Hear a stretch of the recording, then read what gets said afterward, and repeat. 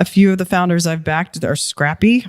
Sometimes I like them scrappy because they're just willing to fight for it and go for it. They're willing to take risk and not sit back and sort of, oh well, that didn't work. And then with solo founders, sometimes I prefer solo founders if it's the right person, because you can always get a strong team behind that founder. But if you have two founders that are eventually not going to get along, you've got a bigger problem on your hand.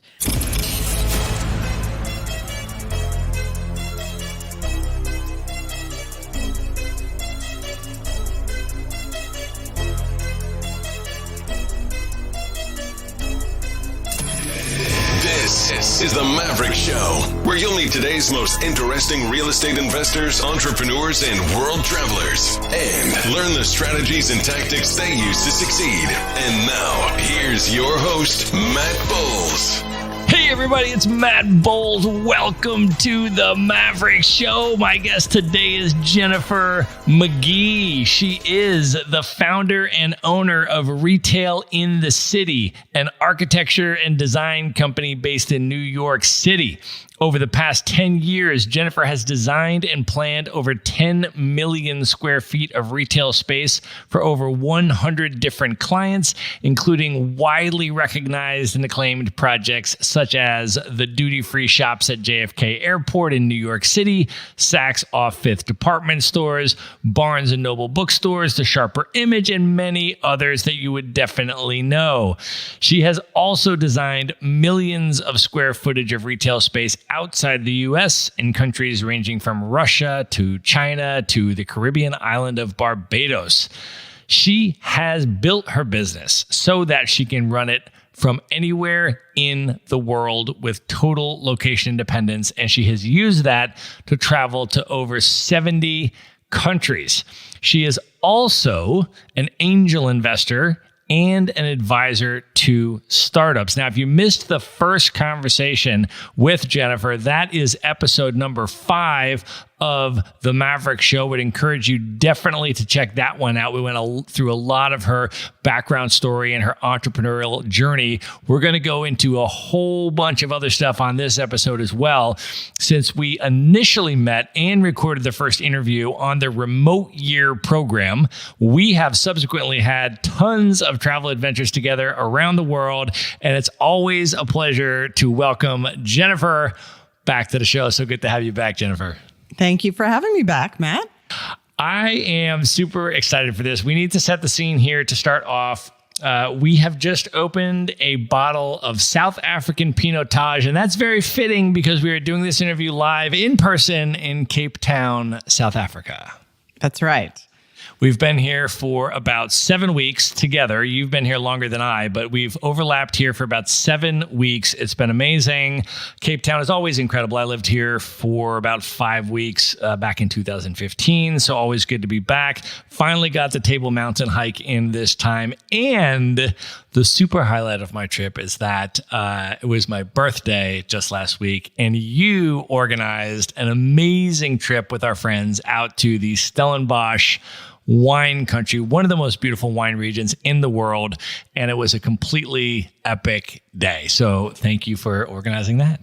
You are more than welcome. And I've already been out there 5 or 6 times. So, well, I knew who to go to when I wanted a wine tour of Stellenbosch. I knew exactly who to consult. So that's right. That was amazing. But do you want to talk a little bit about that and what Stellenbosch is like, just for people that haven't been there, and how the day went?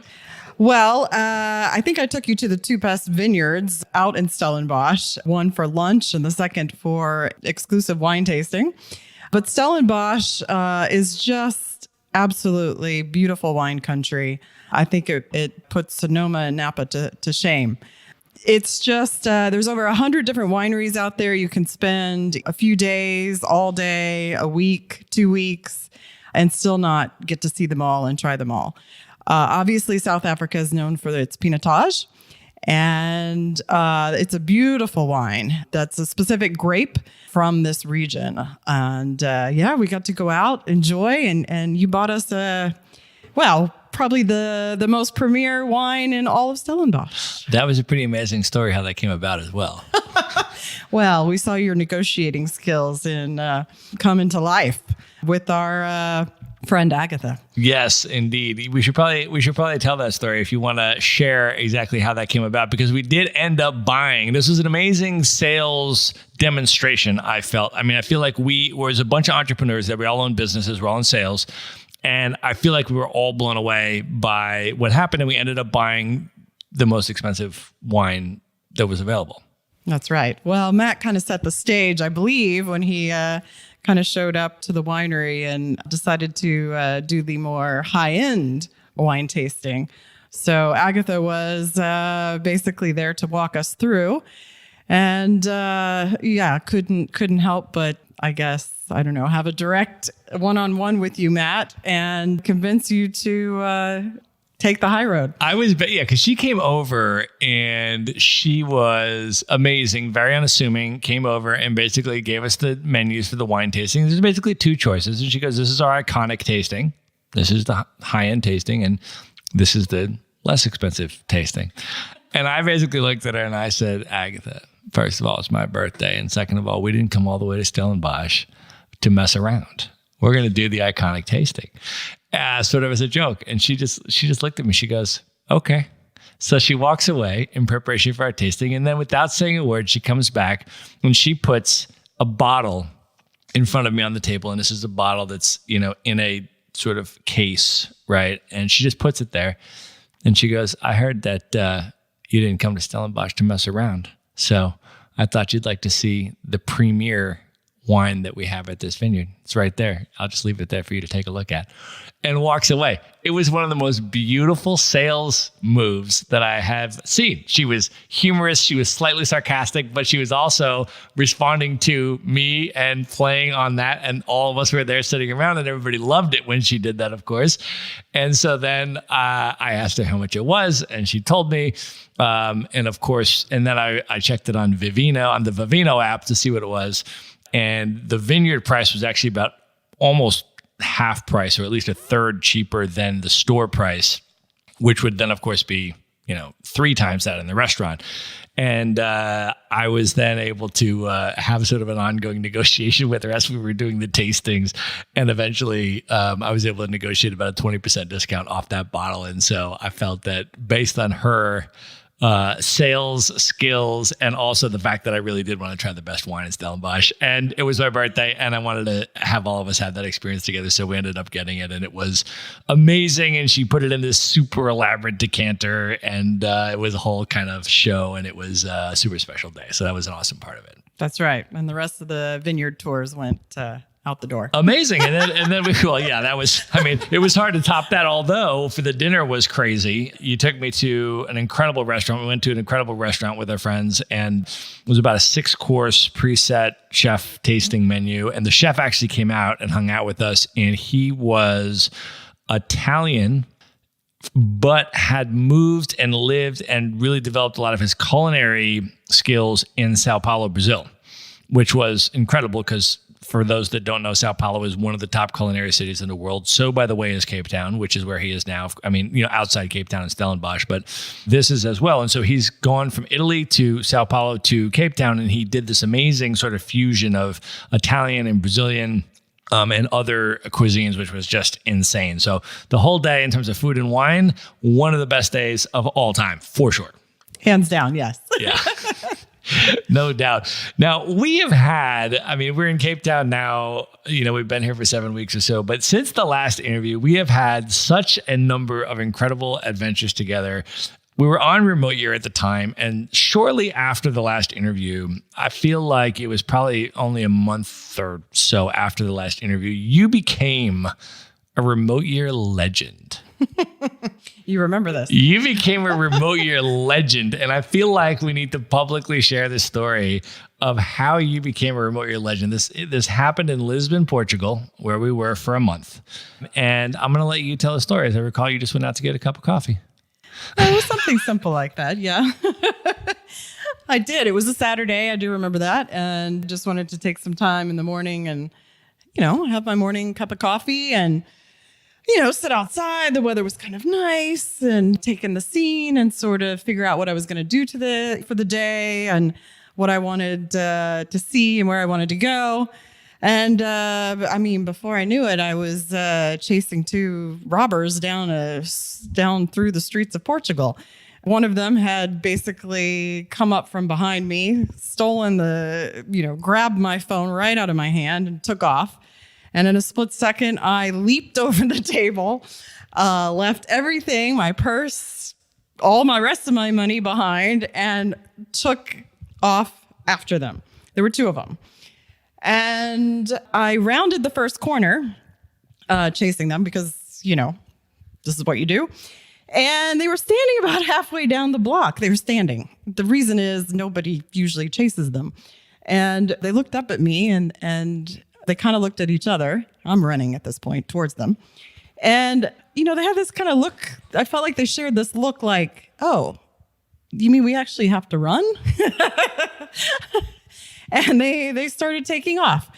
So anyway, long story short, chased them through the streets. There was a good Samaritan from the cafe that gave some chase as well, but went the shorter route and cut us off at the next intersection. One of them got away, but we caught the younger one, marched him back to the cafe, called the cops. Police came. Took a statement, all that stuff. They wanted to take me back in the cop car. I said, okay. So we're in the cop car. They're saying, they got to take me down to the police station and have me file a report and all of this. But of course, the one that got away was the one that had my phone. So, at this point, I'm disappointed after all of that. And, we're going back in the police car, and then something comes over their walkie-talkies or whatever that system is, and they just start laughing, burst out laughing. And I was like, okay, this is kind of weird, whatever, sharing a joke. And the one guy turns back to me and he's like, well, guess what? And I said, well, I don't know. What? He's like, well, we caught the guy. We caught the robber. I said, you're kidding. And he said, and guess what else? I said, what? We have your phone. I just lost it. So we had a really good laugh. They had my phone for me when I got to the police station. And I think the lesson here is if you're a robber, do not wear a lime green sweater. Made him very easy to identify in the local town square. And they went out looking for him, found him. Phone was in his pocket. Got the whole thing back. Well, the other lesson is don't rob somebody from New York City. That's right.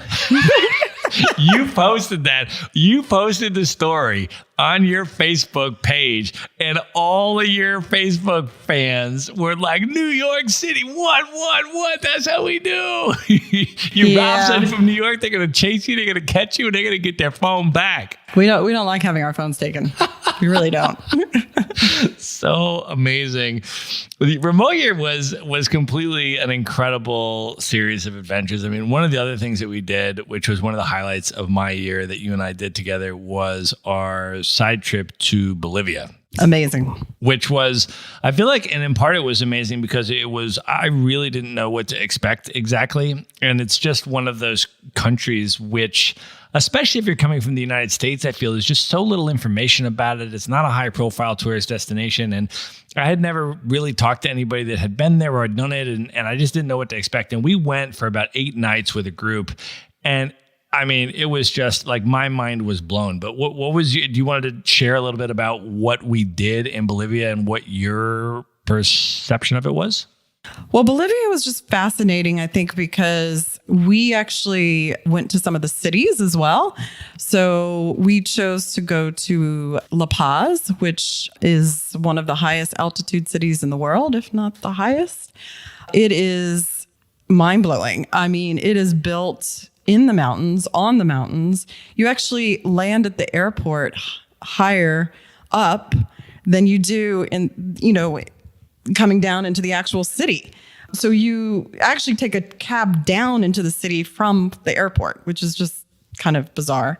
And it's connected, all the different neighborhoods are connected by cable car, and altitude gets you. It is a tough city to kind of get used to. And walking around, you walk up one street and you're out of breath. So it was super fascinating. And then we went to Cochabamba, which is flat as a pancake. and had this phenomenal street art scene. And we went around on bicycles. We had an architect, that gave us a phenomenal tour. And we just saw so much that day. But everything about that city was like complete opposite to La Paz. And then, of course, we did the Bolivian salt flats, which just is stunning. And it's like another planet. The landscape just changes. You go out into this wilderness, basically away from all people, out on your own. You're almost camping at night, but we stayed in these pseudo hotels that were built out of salt. And I don't know, it was just incredible. I really thought that we had gone to another world.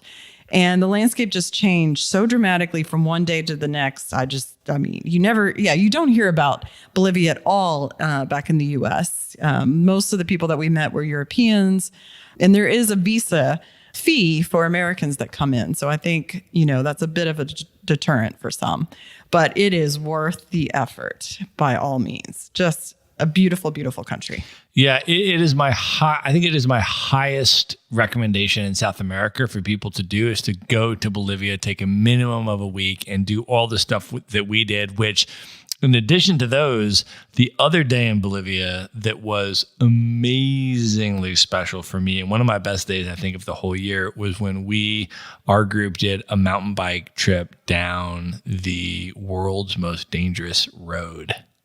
I mean, this was but for me, there was a lot of trepidation, I think, leading up to it for me because it has all this lore. It's called the world's most dangerous road.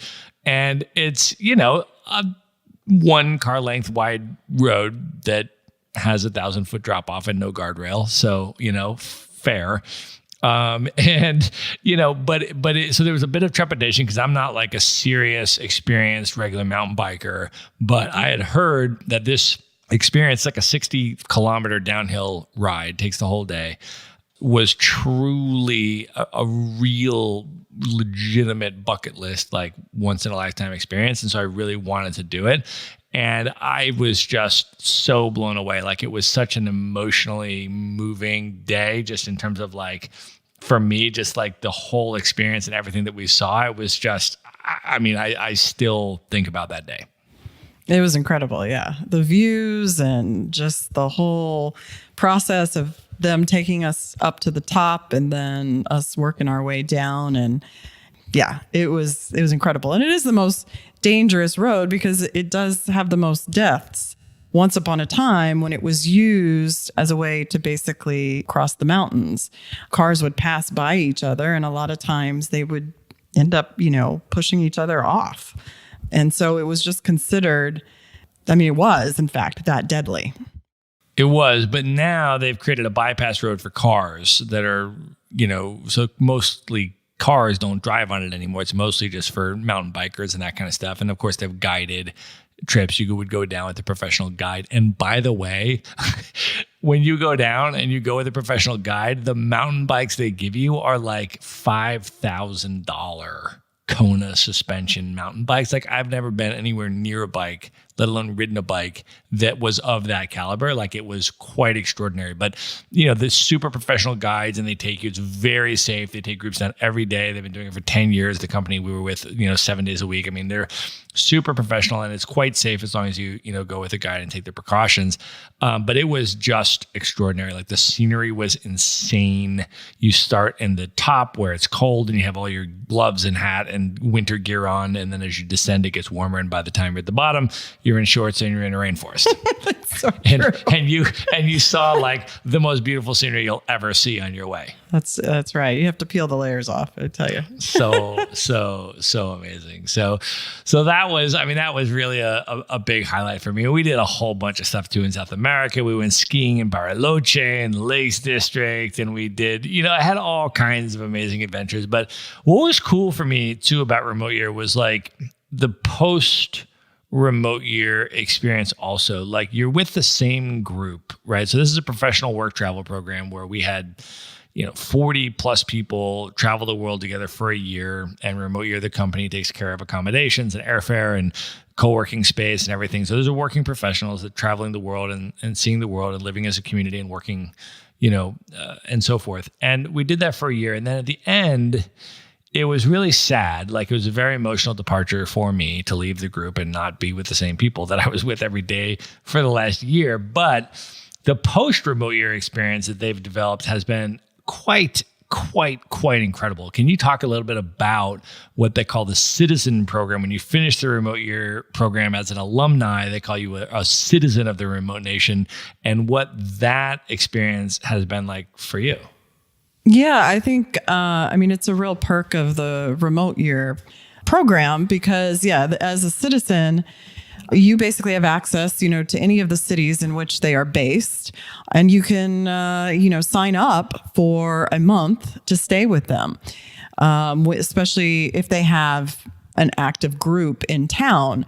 So you can do the full experience, you can do a part experience, you can just sign up for, some of the tours and that they're offering that month. It gives you a lot more flexibility once you become a citizen. So it's been great. You get to, still feel like you're part of it, but you've got a little bit more control at that point of your own schedule. So I ended up here down in Cape Town because, Remote Year brings programs through here. And so I was like, Cape Town, great. I'm going to go because Remote Year's there. And I met a lot of other citizens that were here and did a lot of activities, and a lot of people from our program have come down that I've been able to see. So it's a great hub, and Remote Year, is also doing, piloting a lot of new programs and a lot of new destinations. So they're keeping the options fresh, and they're kind of experimenting. And I think, that's why you have the travel bug in the first place, is to go new places and try new things. Yeah. And they're doing these citizen houses as well, which you and I both participated in the one in Bansko, Bulgaria, in a ski chalet during the ski season that they hosted there. And these are just sort of meetups for people that have finished the program, who probably don't even know each other from all different programs, can just come together as alumni and do cool stuff in cool places, which is great. And then there's just the informal part of it, which is just that we're part of this massive alumni network, and we're all connected, on Slack. And any city in the world that we go to, we can just say, hey, anybody want to go here? I'm literally getting Remote Year citizens to come and meet me in West Africa, this summer. And I was like, hey, does anybody want to go to Accra in Ghana? And people are like, oh yeah, I'll come down, So it's like, it's really amazing. Like any place that you want to travel or thing that you want to do, there's Remote Year citizens. And then of course we meet up with our friends and do epic stuff as well. Last summer, for example, we went, you and I and some of our other friends went to France, and we went through the French wine country. We did. For about a month. It was terrible. Which was amazing. And I feel like we should talk about this too, because we started off the France trip by going to the 30th anniversary of Dîner en Blanc, which a lot of people have not even heard of. So for people that have never heard of it, can you describe what it is and then what that experience was like? Because that was really quite epic. It was crazy. I didn't know what to expect. I had never been as well. And can't even tell you where we found out about it. But basically, it's like a pop-up picnic.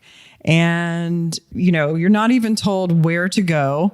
You just have to come in all white, dressed in all white from head to toe, nicely, not in shorts and a t-shirt white, but, almost cocktail dresses, and like you're going to a proper formal dinner party, and you're supposed to bring a picnic. Ideally, you would bring wine, and you literally show up and they sort of assign you to these, basically like a program leader, and an hour before you find out where to go. And then there's like a mad scramble to set up tables and chairs and get your picnic ready. And I don't know how many people descended, 20,000 or something showed up for the one in Paris. And then you have to take everything down and disappear and leave the place as you found it. So it's just an extraordinary exercise in planning. I just don't know even how they pulled this stuff off. It was insane. And they started it 30 years ago in Paris. It's now proliferated around, and they do it in cities all over the world once a year. And it's insane, right? It's like a flash mob pop up, but everybody is wearing elegant white. and they're having a gourmet outdoor dinner party, right? So it's wine and champagne only, no beer or hard liquor allowed. And then the picnic baskets, we had a picnic basket. It was prepared by a Michelin star chef.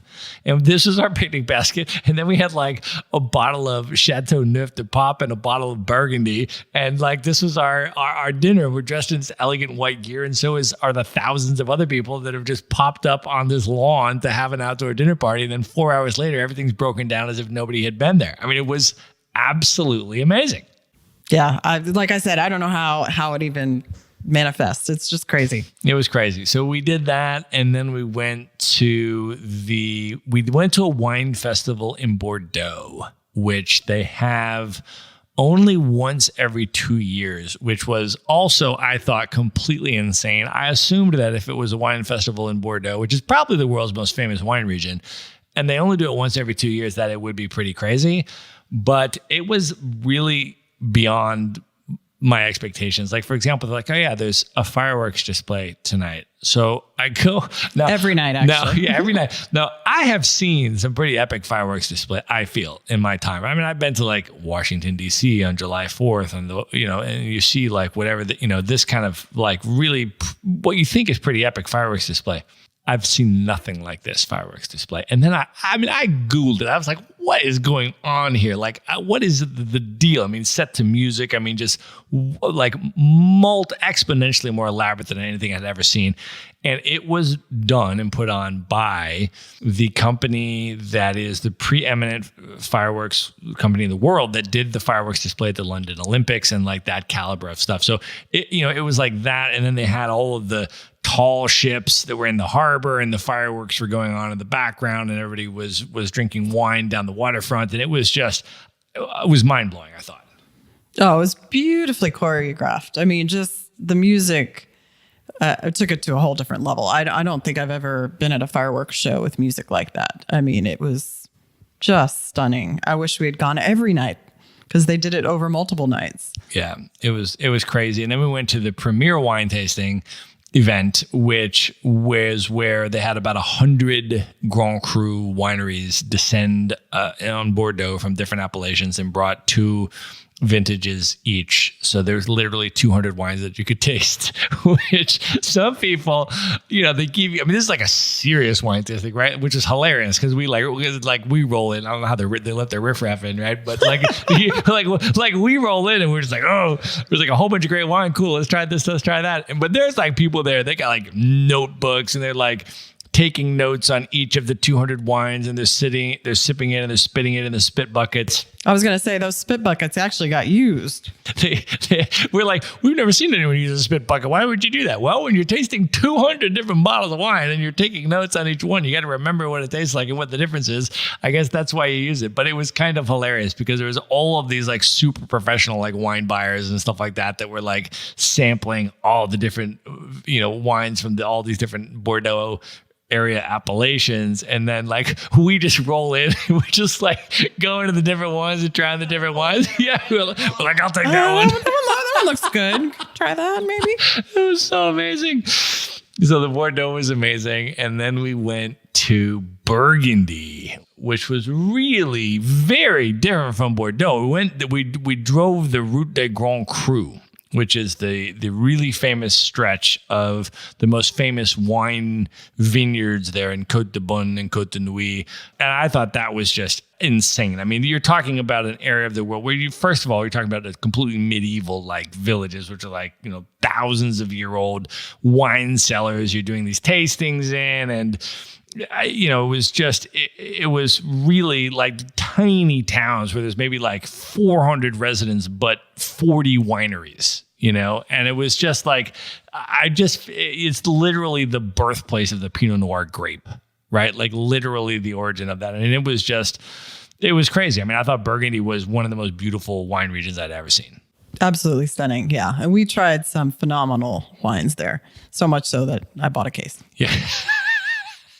Which is pretty rare for me to do. I mean, So, I mean, they were just extraordinary. Really, we fell in love with a lot of the wines there. And we have very similar palates, I think, when it comes to wine. So we were usually pretty in sync with what we liked. So. Yeah, it was amazing. It was just totally crazy. So France, like that was the first time I had really gone to the wine regions in France, and it was totally amazing. And then we went out to Corsica, the island of Corsica, which is off the coast of France in the Mediterranean Sea. And that was a very interesting experience, especially the day that we decided to rent a car and drive around the rest of the island to see what that was all about. Because basically, if you're in Corsica, like the only way you can see the different parts of the island is if you rent a car. You have to do that to be mobile to outside of the major city where you're staying. And so we're like, you know what? Let's rent a car. And it was me and you and our friend Erica. And we're like, let's rent a car for the day and do it. And so we did it. And that was a day that I think I'll never forget. Yeah, well, you learn that Google Maps is not always correct. Do you want to share what it tells you as far as, you've got to question it a little bit each time. we rented a car on your credit card, but I was on there as a driver. So you're like, okay, I was driving and you were navigating. Correct. It was a stick. I can't drive stick. It was a stick shift. And so I was driving. I was like, okay, I can drive stick shift. You navigate and tell me where to go. And we made a little bit of a wrong turn, which was probably my fault because we were probably talking. And I was like, I think I should have turned left there, but I accidentally went straight. Do you want me to stop and reverse and turn around and, go back on that road? And I consulted the Google. And the Google Maps said, well, this road continues around and it loops back into the main road that you want. So instead of like trying to do a U-turn right here with cars on both sides, let's just go straight. It's only maybe a mile at the most. Not even half a mile is what it's showing. But as we kind of came around the corner and kept going, that road got smaller and smaller and more narrow, and the concrete disappeared and the dirt showed up and the potholes showed up and the branches showed up. I was basically like, it basically got down to a one-lane thing with which if we were to continue to go straight, we're on a dirt road and there were branches on either side, and there was going to be no possible way to turn the car around if we went further. And I was like, last chance, should we definitely do it? And you were like, yeah, it says the main road is like right around the corner. I think if we just go a little bit further, we'll be there like no problem. And that's what the map said. So we go a little bit further and we turn around the right side, and all of a sudden we are on the edge of a ravine, and all of a sudden the road just goes straight down at about, I would say, definitely over a 45-degree angle. So we are all of a sudden descending straight down an insanely steep, barely less than one lane road with no rail on the left-hand side and a ravine that you fall off. So I am like going as far to the right-hand side as I can, rubbing against all the branches to try not to have us fall off the ravine. We're going down one of the steepest roads I have ever driven on. And all of a sudden at the bottom, I see this reservoir of water, which it's totally unclear how deep it is. And we are going at such a steep pace that we basically have two options. Either we slow down and try to go to it very slowly, which, if it's deep, is definitely going to get us stuck in the water. Or we punch it and try to plow through the water, which, if it's super shallow and it's that steep, could like plow us right into the ground. So I basically take a straw poll from the car and I'm like, do we go slow or do we just accelerate and punch it to try to get through this water? And you guys were like, punch it, man. So I just floored it. We went straight down, crashed into the water, goes burning up left and right. It was the right decision though, because it was freaking deep and we would have gotten stuck. Finally get through the water, did not fall off the ravine, get back out of the flat road, and finally make our way out of the highway. But that was one of the craziest driving experiences that I have had in recent times, for sure. Yeah, and it might be good to mention that it was just a little old Fiat. Yeah, it was a little Fiat. This was not an off-roading vehicle of any kind. But we survived. Yep, we took the car back. They didn't charge us for any scratches that were there on the side of the car. Miraculously, do not know how we got away with that, but apparently it all worked out. So it is a story that we have to tell on a podcast, is what that is. That's right. These are the adventures that you have while traveling. These are the adventures. And then the culmination of that trip, though, was really, really awesome because after France, we went over to Barcelona. And one of my top memories with you particularly, and you and I do a lot of epic stuff together, and it's really cool when we do all this really super cool travel stuff. But one of my experiences that was particularly special because it was with you, and you're an architect, is when we went to Barcelona and we went to the Sagrada Familia together, because it was like I was getting the audio tour of things, and I was of course like amazed by what I was seeing, but then like I had your sort of private personal architectural insights, which made me just appreciate it at a much greater level. And so maybe we can just start with just, for people that don't even know what the Sagrada Familia is, when I say that in Barcelona, I've maybe never been to Barcelona. Can you just describe and explain kind of what it is, whose project it is, and why it is so architecturally extraordinary? Well, it's a cathedral that just, will blow your mind. It was originally designed by Gaudí, who's obviously a famous Spanish architect, 200 years ago now. And it was such a big undertaking to build this almost fantastical cathedral that they're still building it to this day. It is still a work in progress.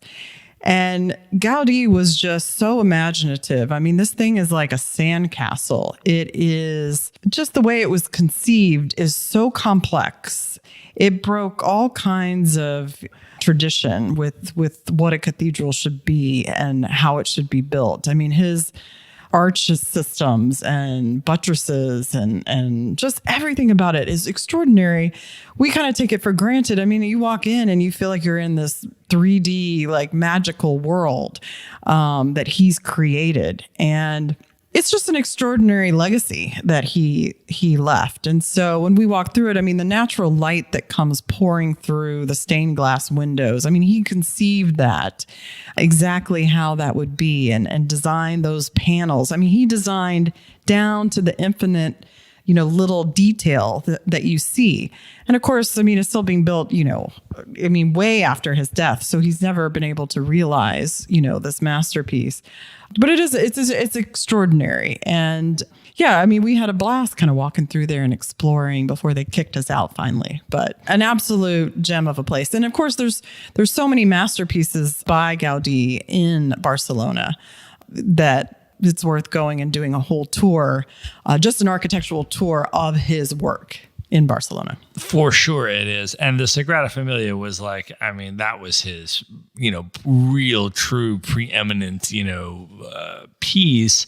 And it was mind-blowing to me just to see it. I mean, anybody that walks inside this cathedral, this is so far different from any other cathedral that's ever been conceptualized or built on the planet of Earth. It's so different that it's insane what you'll see there. But what you were explaining to me, though, was just the next level, like architectural insanity of like how difficult it was to actually build this. So it's like the pillars, that are holding up the, and the inside of the cathedral are in the shape of like trees of a forest. And it's just like this stuff. And you were explaining to me as we were looking at this, how insanely complex and architecturally difficult this would be. And I think he said to me, like, if someone tried to do this today in 2019 with all of the advanced architectural software and technology and everything that we have, it would still be an insanely extraordinary masterpiece. When Gaudí did it, he did it in his head. And drew it like on flat pieces of paper. And the thing is about it, it's just so three-dimensional. I mean, they couldn't even draw sections through it at the time. Like, there was just no way to communicate sort of what it is that he wanted to create. I mean, he's almost like a sculptor. Like, the whole thing feels like it was sculpted by hand by this individual, and you're inside his sculpture, and you're just like, this is insane. It's crazy. Beautiful piece, though. I mean, yeah. You got to spend a couple of hours there. When you go on a bright sunny day, so that you really get the full effect of the light. But yeah, the whole thing was designed like the columns are like trees, like you said, and it creates a canopy on the ceiling.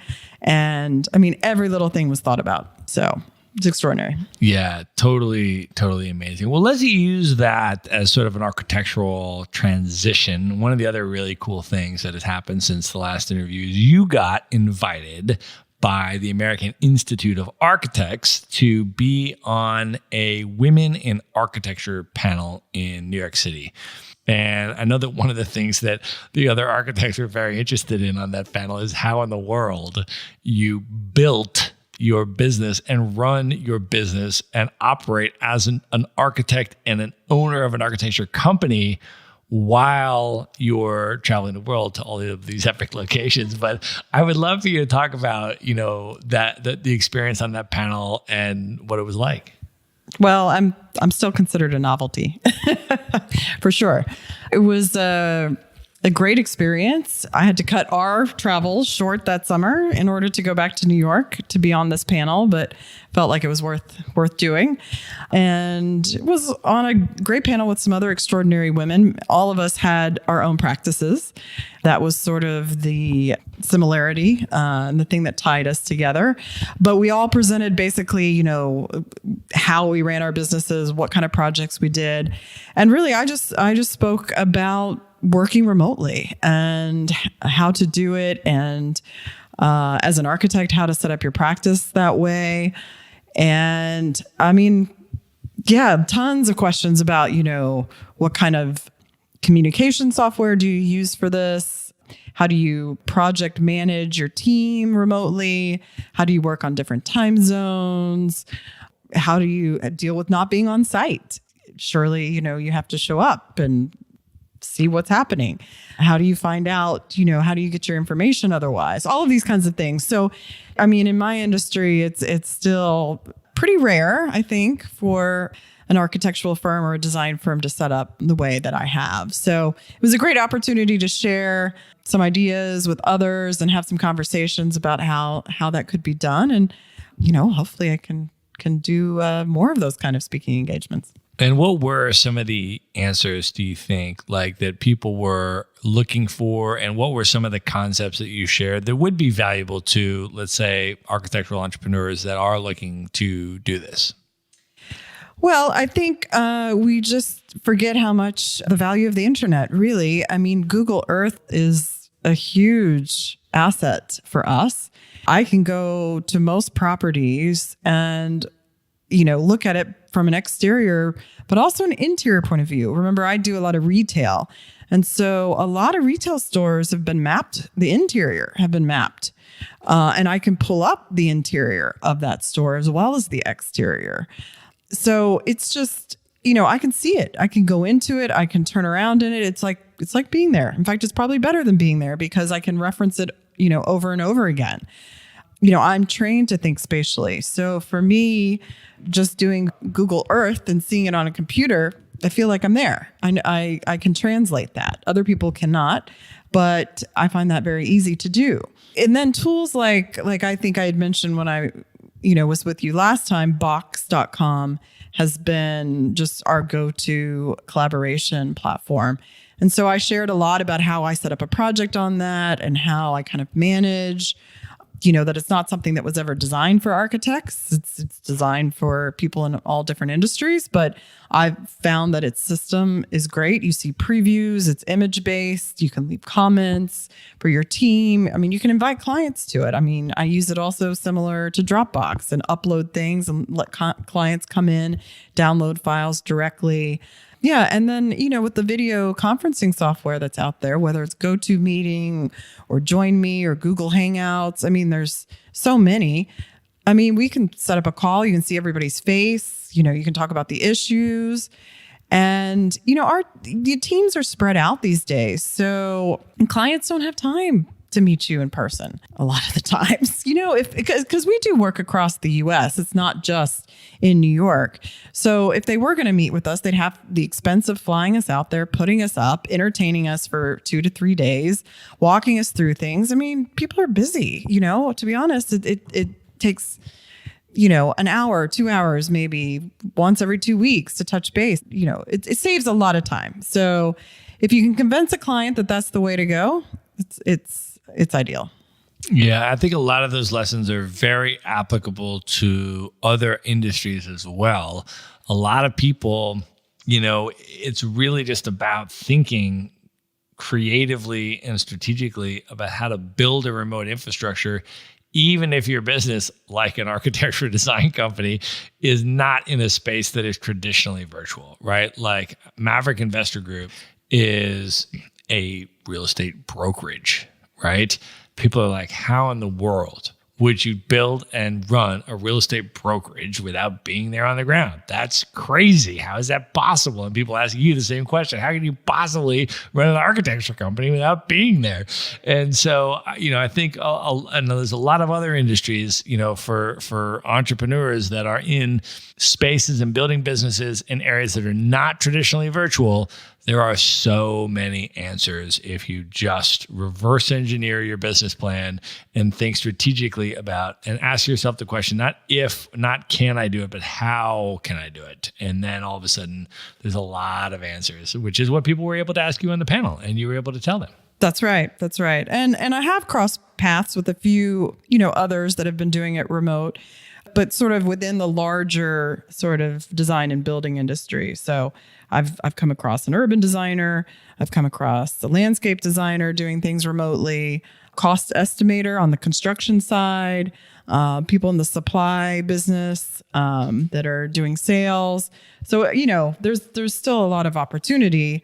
Sometimes you just have to find the right niche. Right. Yeah, 100%. But I think that a lot of the concepts that you're talking about are so relevant because we at Maverick Investor Group, we help our clients buy residential investment property as an investment. And we don't have to be ourselves on the ground either where the property is or in person to meet with the clients. So we can build those client relationships over Skype, and we have great relationships with our clients. And then we're also able to help the clients if they want to. They can even take a trip out to see the property, but we, Maverick, don't have to be there, right? There's teams on the ground and there's people that are doing that there. So it's all about how you as a business build your infrastructure so that you can take care of everything that needs to be taken care of, but you personally don't have to have a geographic restriction in your life. Absolutely. And it's about preference as well. I mean, we like to be the front end designers. We like to work with the client up front. We like to come up with the concept. We like to take it through what's called design development phase. And then we partner with local architects and engineers and MEP firms and whoever we might need to do that on the ground. There's plenty of firms that are local. Right. For sure.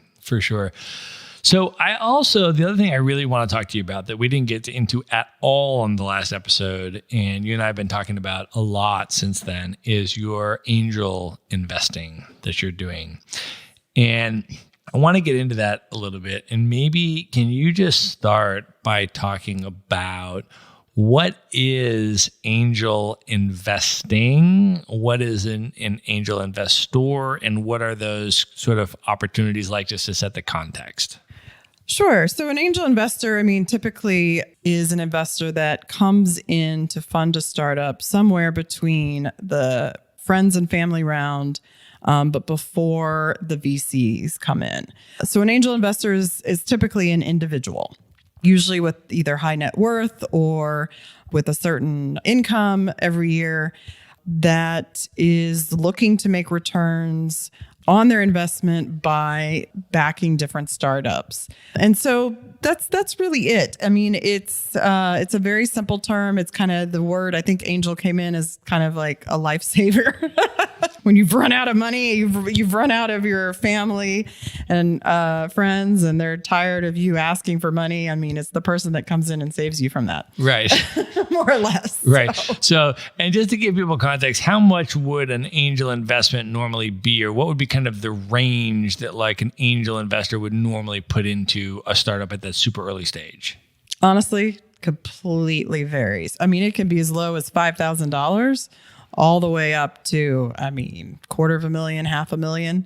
It just depends on that investor's net worth and what they're willing to do. And if it's a full-time or a part-time job for them. I mean, this is something I've kind of dabbled with on the side.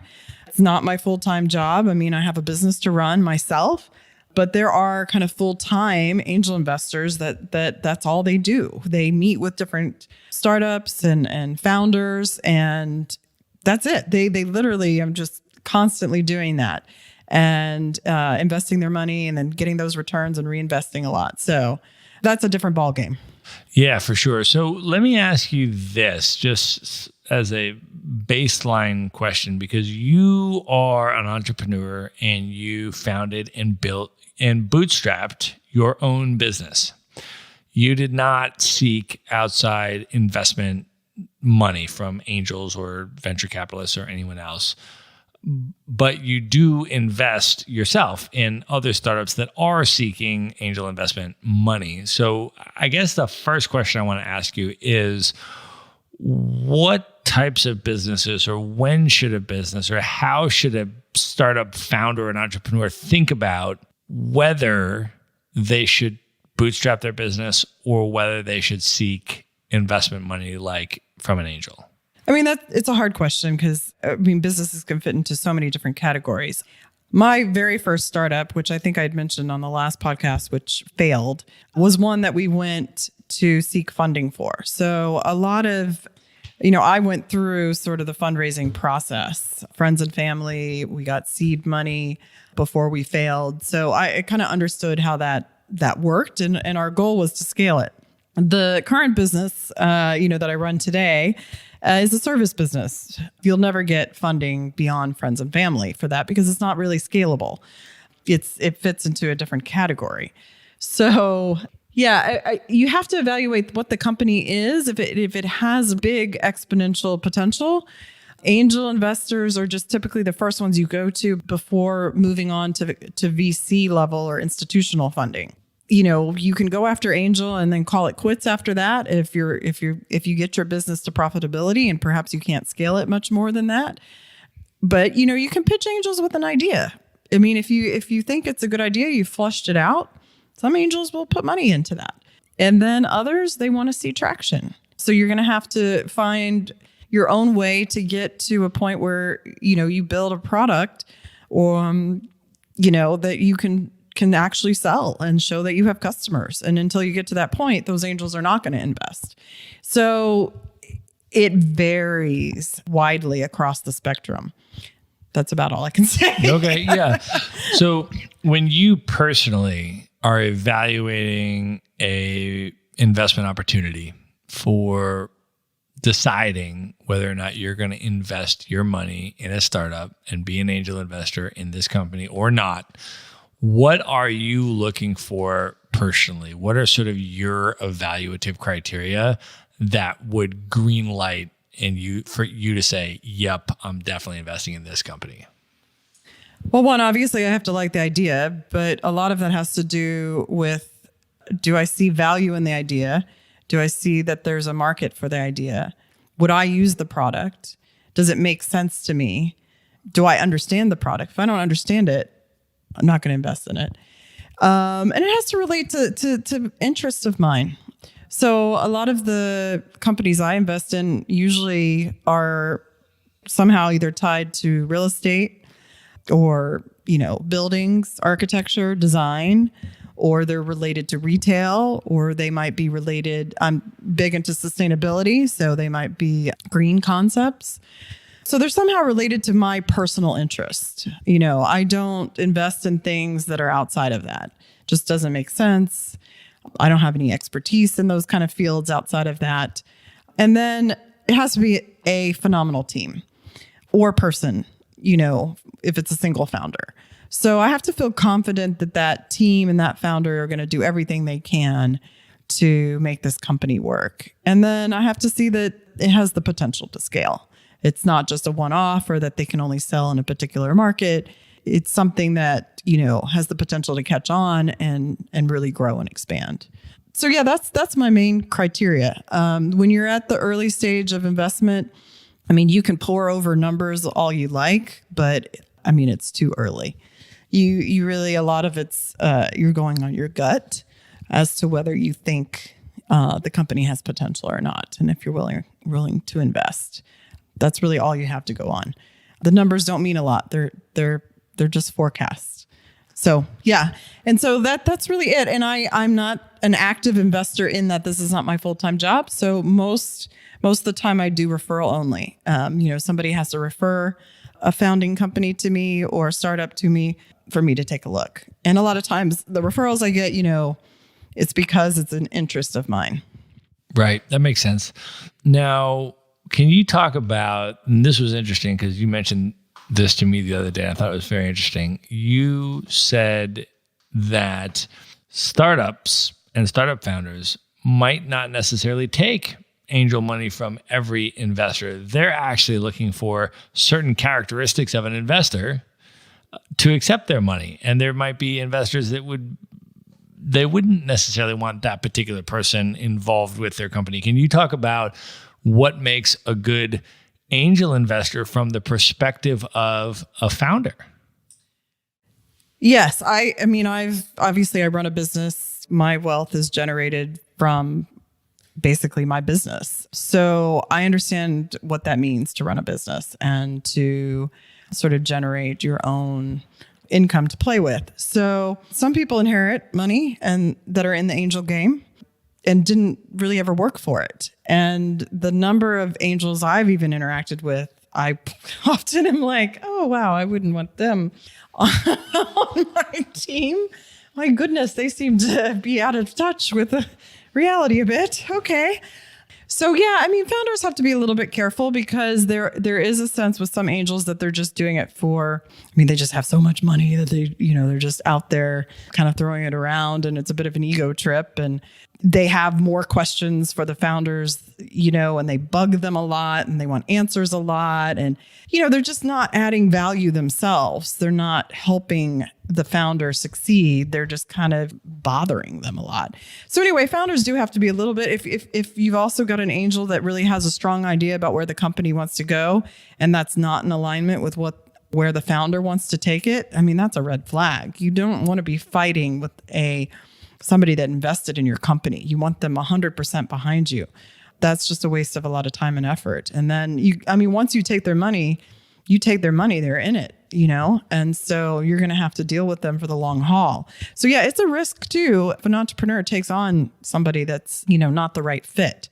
So we always talk about that it's important to find the right fit. I know a company that walked away from a very big deal recently, and is really, it was a very hard decision, but they decided not to go with a particular investor and, left $300K on the table in order to do that. That's a big, hard thing to walk away from when you're a founder and you need the money. And but if you realize that investor is not the right fit, there'll be a liability down the road. And when you're looking at founders, can you talk about what you're looking for in terms of solo founders versus founding teams, and kind of what you like to see there? Yes. It does vary a little bit, but I just try to find mature people that have potentially, have some very interesting work experience behind them. Have done some pretty significant things, even if it's not, starting a company before. A few of the founders I've backed are scrappy. Sometimes I like them scrappy because they're just willing to fight for it and go for it. They're willing to take risk and, not sit back and sort of, oh, well, that didn't work.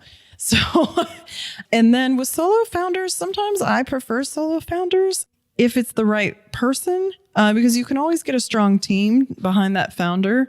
But if you have two founders that are eventually not going to get along, you've got a bigger problem on your hand than a single founder. So single founder, the biggest risk there is that they run into burnout because they have nobody else that may be, that they can turn to and bounce things off of and all of that good stuff. But they can drive, they have a vision. A solo founder really often is very clear about where they need to go. So there's some benefit to that too. And a lot, I would say over 50% of the companies I've backed so far are solo founders. And can you talk a little bit about the advisory part? Because I know that a number of the companies you've backed, you're not officially anyways, an advisor, whereas some of the companies you are. Can you talk a little bit about the role of an advisor when you're coming on as an investor advisor in particular? Yeah, I mean, you have to assume that you gave them money because they know what they're doing and they know where they're going to go, and that they're going to hire the right people and all of this. So you're not coming in there to fix a company. You're not coming in to change direction for them and tell them that they need to go somewhere else. You are really there to help guide them when they need guidance. And so as an advisor, you're really just, you can be a sounding board for them if they need to be, somebody to sound and bounce some ideas off of. But, a lot of times a resource. If they, they want a connection to somebody, they, need to make a particular hire and they need a recommendation for that. Or, like I said, I back a lot of companies in the space that I work in. So therefore, I can be a good resource for them for certain things. I'm working with one of the startups to design their first gym space in New York. And now we're doing one in DC and we're going to do 2 more this year. So in some case, I'm working with them very directly to help and guide them. And they've never done any kind of build out before. So I'm helping coach them, advise them, actually design their actual spaces. And so I'm a resource in a different way in that case as well. So.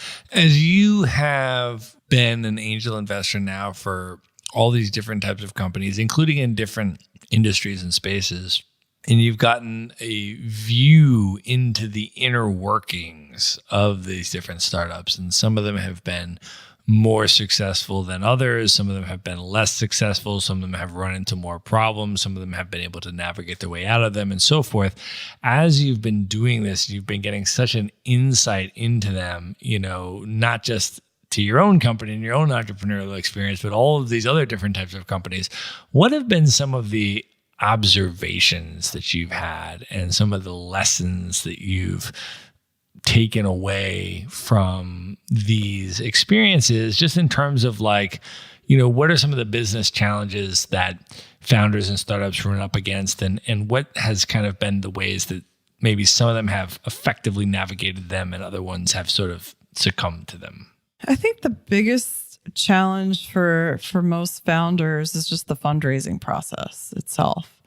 And the biggest mistake that founders make is not taking enough money when they're doing a round. So what happens is they close a round, they start spending that money, and then they realize they need to start raising for the next round. You got to have enough runway to feel comfortable so that you can focus on the business before you have to go out again and start raising money. So yeah, a lot of founders try to kind of shortchange that, or maybe just don't. They're always just worried, I don't need that much money, right? I don't need that much. Why would I take more? But the problem with that is you kind of have to think big. You have to kind of, make sure you take enough money that's going to basically double what you think you need. And yeah, you're going to have to give away more of the company for that, but it's going to buy you time and it's going to buy you less headache, and it'll give you more time to focus on what you need to be doing versus chasing money. So that's a really big one that all founders struggle with, I think, to different degrees. And some founders are just really not cut out for the fundraising process because it can be a full-time job. So you've got to have a founder that's willing to do it, or at least if it's a 2-founder team, one of them that has to become their full-time job. And then in addition to the fundraising piece, are there business sort of trajectories that some of these companies take that are able to make them more successfully in a quicker period of time than other companies? Are you noticing any, and maybe thematically or maybe just, specifically or individually, challenges that are kind of holding some companies back, whereas others are able to kind of move forward? I mean, other than financing, are there other business lessons that you've taken from this? Sure. I mean, some definitely spend money where they shouldn't. Some get very caught up with the branding. Oh, I want to hire a cool branding firm that'll do cool graphics and make me look good. That's often not a good use of money. until later, throw something together. It's going to change, until you get to a certain point. That's just kind of an exercise in futility. You just don't want to spend $100K on crazy branding package in your very early days. The other thing that I've seen, they spend money badly on tech. So either that might be because they're not a tech company to start with, but tech is a component of any startup. You've got to have that. And maybe they choose to do stuff too custom. So they start pouring too much money into like hiring these developers that oversell them what they really need. They don't have somebody in-house, or they don't have basically a CTO that oversees that.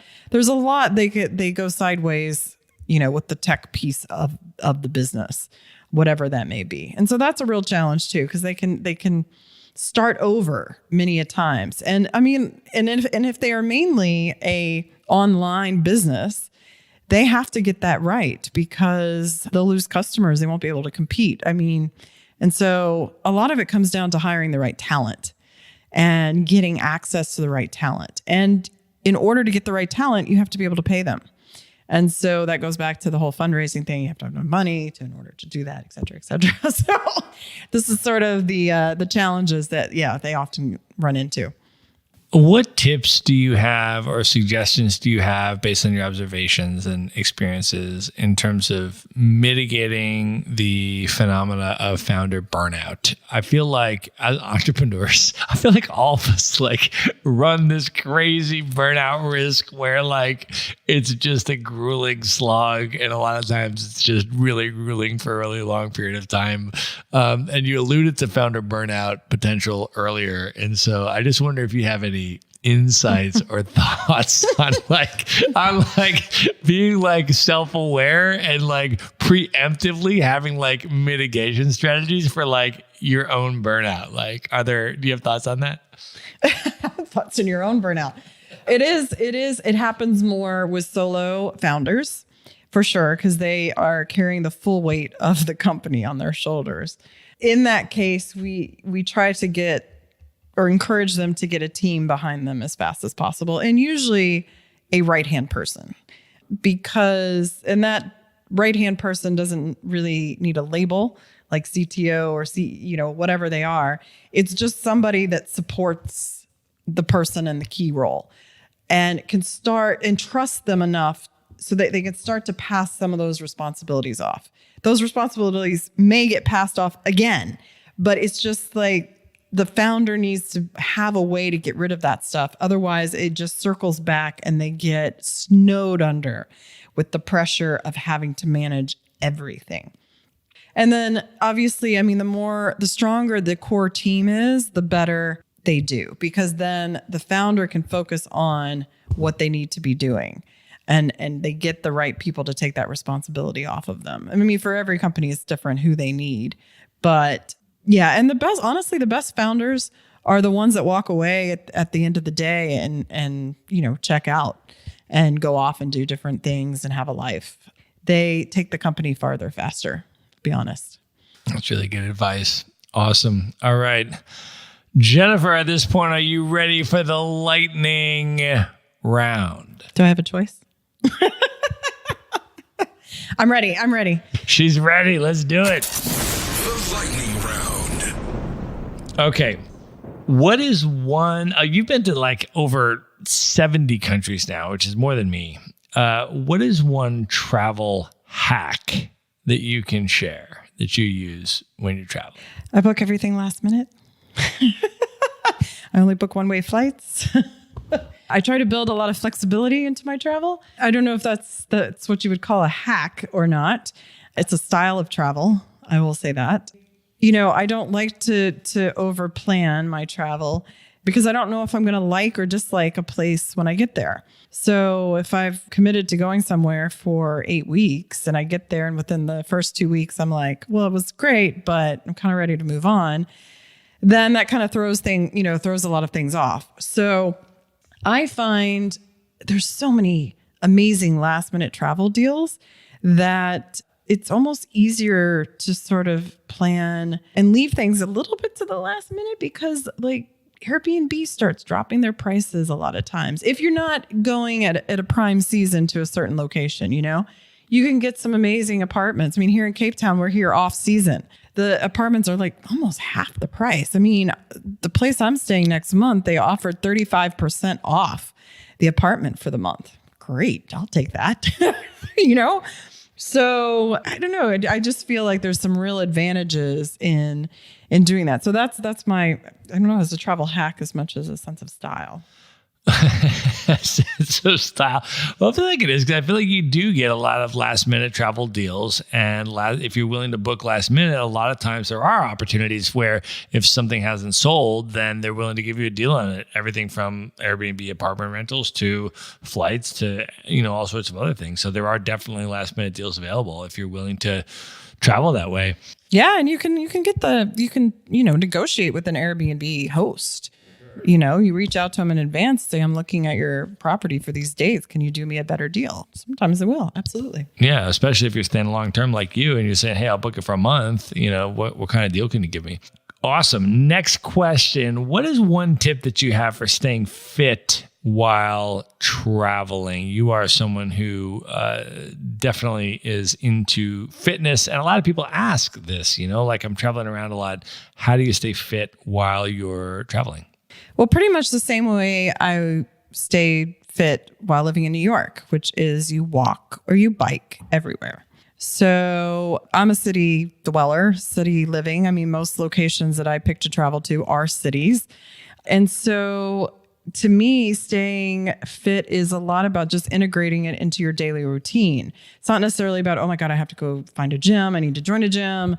You know, I got to go to the gym, this kind of stuff. So, you know, instead of taking an Uber, walk. If it's a 20-minute walk, so, you know, take a 20-minute walk. That's what I do when I'm in New York. I hate the subways, really. And so if I don't have to go on the subway and cabs are way too expensive and I don't want to sit in traffic, well, you can walk or you can bike. And I think it's as simple as that. I mean, as they say, you know, 10 minutes of walking or exercise every day, you know, helps. It's just the little things, and those kind of things add up. The other thing is, of course, you know, if I want more, I'll seek out dance classes in the different cities that I'm in. You know, that's pretty easy to do a Google search for that. I love going to local dance classes. It's just amazing. You get so many different types of instructors and just a local, you know, flavor of where you are, a local sense of that. And then if I'm really in a pinch, I mean, Zumba videos on YouTube work as a backup. I mean, you can always find stuff online. And, you know, if I'm in a pinch or something and I'm on the go, I can, you know, set up my iPad and, you know, you just stand in front of it and there you go. You got an exercise routine. So, yeah, you just have to, but I think in general, you just have to integrate it just, you know, more casually into everything that you do. Agreed. 100%. Awesome. Okay. Knowing everything that you know now and all the experiences you've had up to this point in your life, if you were able to go back in time and give one piece of advice to your 18-year-old self, what advice would you give to 18-year-old Jennifer? You're just going to have to learn some more patience. I mean, things just don't happen quickly. And I was always just, man, I didn't want to wait for anything. You know, things just had to happen right away, no matter what, you know. I was just a fast thinker, a fast doer, this and that. So I would get frustrated a lot with things and give up, I think, too early on things a lot of times and walk away from things because I didn't have the patience. So, I mean, I think as you get older and wiser, you learn that you have to, you know, give things breathing room sometimes, let things sort of soak, you know, come back to them. And yeah, patience. It's like, still a challenge. I think patience is a really good piece of advice for all young people, for sure. If they want to try to establish and accomplish epic things, it's a very extended, long-term process, and patience is absolutely required. So that's a good piece of advice.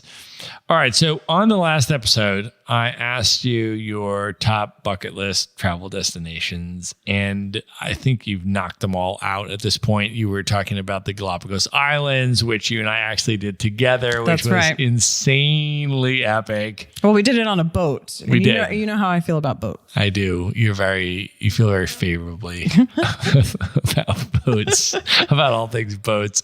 And you've subsequently done a number of epic sailing trips through the Greek islands and all sorts of other legendary things that for many people would be bucket list items. And you've already done those things. And so my next lightning round question to you, and the final lightning round question is, what are currently, after everything that you've already done, your now today in 2019 top 3 bucket list travel destinations where you have never been, or things that you've never done before? Now, I feel like if I give these, the next time you talk to me, of course, I will have had to have done them. Of course you will have done. I know you're going to go do them in the next 6 to 12 months. Like, that's a given. I'm just saying, what are they at the current moment? So we spent together with Remote Year 6 months in South America. And I mean, we really worked our way down from Colombia all the way to Argentina, which was absolutely phenomenal. But one of the places that we did not go was Brazil. And of course, Brazil has been on my list for a very long time. And I keep thinking I'm going to get there. You've been there. You've invited me. Different people I know have gone, but for some reason, the timing's been off and all of this. So Brazil is just still up on my list, and it still hasn't happened yet, but we're going to get there. So yeah, and you're over here nodding because you were just there, coming off of the Nomad cruise, and I know it's one of your favorite countries. One of my favorite countries in the world. Be still my heart, Brazil. Yes, that's a great, amazing pick. Thank you. I knew you'd like that one, but I'm excited about it as well. The second is I don't know why, but Nepal has been in my head for a little bit now, and has been kind of gaining maybe a little bit more traction. I've not wanted to climb Everest, but I have been curious about going to like Everest Base Camp a little bit just to get a feel. I mean, there's a lot of craziness that goes with climbing Everest. And so I don't know. I was just kind of curious what these crazy climbers are like and what they do. But I've just heard the mountains in general are beautiful. And that whole region is just the landscape is just supposed to be stunning. So I have no aspirations to be on the highest peak in the world, but yeah, that country still appeals to me for sure. And then, wow, there's just so many great places. Maybe New Zealand. I haven't made it to New Zealand yet. I've been over to Australia, spent a lot of time in Australia, and never quite got the chance to pop over to New Zealand. I've also heard it's just stunning. So see if I get to any of those this next year. I'm very likely going to go to New Zealand in October, and you and I have some mutual friends in New Zealand as well. So, if that fits into the itinerary, that's a possibility, because I haven't been there either. I haven't been to Nepal either. So those two are also very high on my list. So maybe we'll knock them out this year. Maybe. We'll see. It's possible. It's possible. I mean, I only do things last minute, so I can't really tell you until about 2 weeks before. Exactly right. I know. I know. I'm like, oh yeah, I'll go to New Zealand in October. You'll be like, I'll tell you at the end of September if I'm going to go to New Zealand in October. I'll let you know. I'll think about it and keep you posted. Awesome. All right, Jennifer, at this point, I want you to let people know how they can get in touch with you or how they can follow you on social media. How do you want people to be able to connect with you and figure out what you're up to? Well, I post a lot of travel pics, obviously on Instagram. So my handle is just my name, Jennifer McGee, easy to find. And otherwise, if it's, kind of business related, how, I got into angel investing, more details about that, or running a company, that would just be my work email, really, Jennifer@retailinthecity.com.